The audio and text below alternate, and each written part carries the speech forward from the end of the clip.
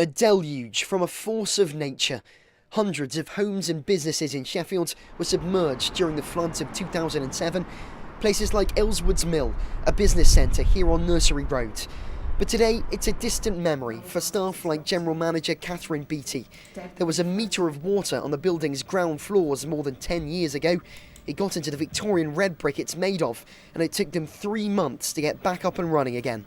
So the river started to rise and we could see it coming through the old grey fence that we had then. And it started to rise. It came across the river first and then came down into our front car park. It took only about an hour to an hour and a half to get to probably about this high on these markers here. And then we were lucky it didn't get any deeper than that. The proximity of businesses like this to the River Don mean they're vulnerable to flooding, which back in 2007 cost millions of pounds of damage. Now a flood protection scheme in the lower Don Valley has seen defences like this wall built to protect buildings from rising water. It's made a huge amount of increase to our peace of mind. We now know that we can withstand a much higher level of water coming down the river. The river can be a lot more fierce, there's so much more capacity to it that we don't worry anymore that we might be flooded like we were in 2007. There's a monitoring station on the bridge which shows us at any point how deep the river is at that point, which means that we can watch it rise and then fall again as the river level does. Well, there are now flood defences like this wall up and down a 5-mile stretch of the River Don, stretching all the way up to Meadowhall near the M1. It's not come cheap, it's cost £25 million, but some of that money's come from businesses in places like this who are keen not to see a repeat of 2007. We've been building flood defences across about an 8-kilometre stretch of the River Don here and uprating some of the existing flood defences. We've also got a process of improving channel maintenance so that the water will go more quickly down the river when it does rain. And the overall effect has been to provide much better flood protection for over 500 businesses and many houses here. The council say the lower Don Valley is one of the most important areas for the city's economy, and it's claimed these defences will significantly reduce the risk of more flooding.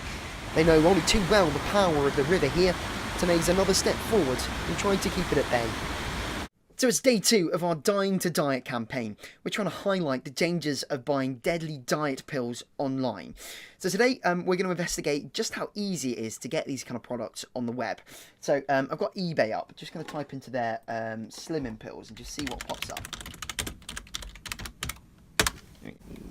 Wow. So there's loads. Just pages and pages of slimming pills, extreme max weight loss, fat burners. This one's promising that you'll lose 20 pounds in a week. Crikey. It seems to be that the main selling point of these pills is extreme strong medication that can make you lose weight really quickly. That's what you're being sold here on these sites. Just going to have a look on Amazon and just type in their same slimming pills. Yep, same on there. Loads of the same sort of things that have been sold on Amazon as well. Extreme weight loss, extreme T5, fat burners. There's loads there.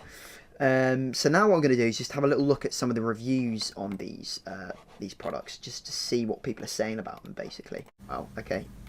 So some people are saying that they've had heart palpitations when they've taken some of these pills. Brought me out in lumps and gave me stomach cramps. Gave me a major headache, made me irritable and anxious. This person said they got up suddenly in the night with a frightening heart rate, body temperature going up and down, shortness of breath. Crikey, so some quite extreme side effects from these pills. And as you can see, they're really easy to get. Like we've just shown you. You literally type it into eBay or to Amazon and you've got hundreds of products right at your fingertips. It's quite scary when you think about it. So here we are. We're in the lab at Sheffield Hallam University and I'm here with Dr. Ranjordas. Dr. Ranjordas, just tell us a little bit about what we're going to do today. Okay, so what we're going to do today is we're going to have a look at the effects of caffeine, and we're going to have a look at the effects of caffeine, both physiologically that has in your body, but also psychologically as well. We're actually going to give you a dose of caffeine at about 300 milligrams, which is equivalent to about 3 espressos. We're then going to put you through a battery of tests. So we're going to measure your blood pressure, we're going to measure your resting heart rate. We're going to measure your hand grip strength. We're going to measure your reaction time, and then we'll repeat that. So what we'll do is we'll get you to do it at baseline, and then we'll give you some caffeine, and then we'll repeat those tests. Right, so here we go. 3 pieces of caffeine gum. I'm going to put them all in my mouth at the same time. Yep. Here we go. So that's it, 5 minutes with the caffeine gum, and now we're just going to redo all the tests again, aren't we? Correct.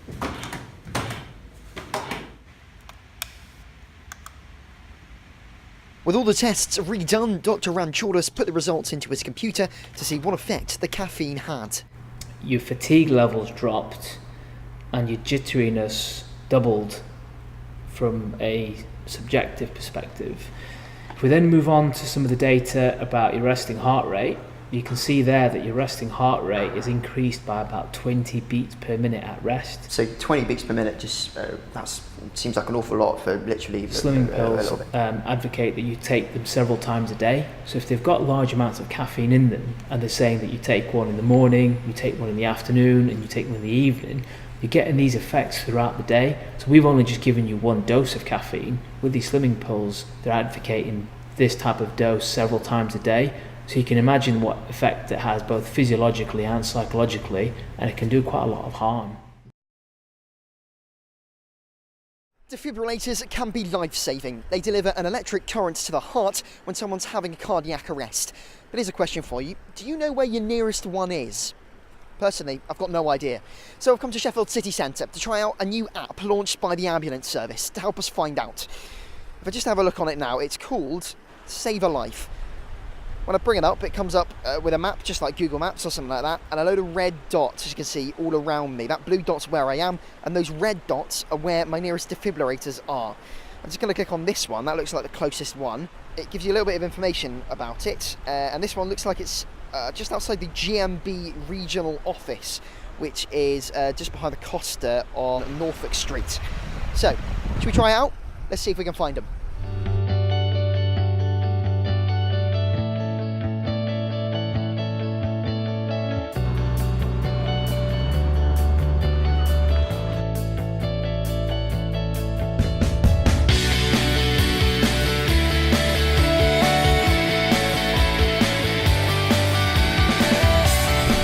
I found it. As you can see, I'm just outside the GMB office now, and there it is, the defibrillator right behind me, exactly where it said it would be on the map. Right, so let's find one more, shall we? So that's where we are, that blue dot. How about this red one here, which is just next to the Winter Gardens?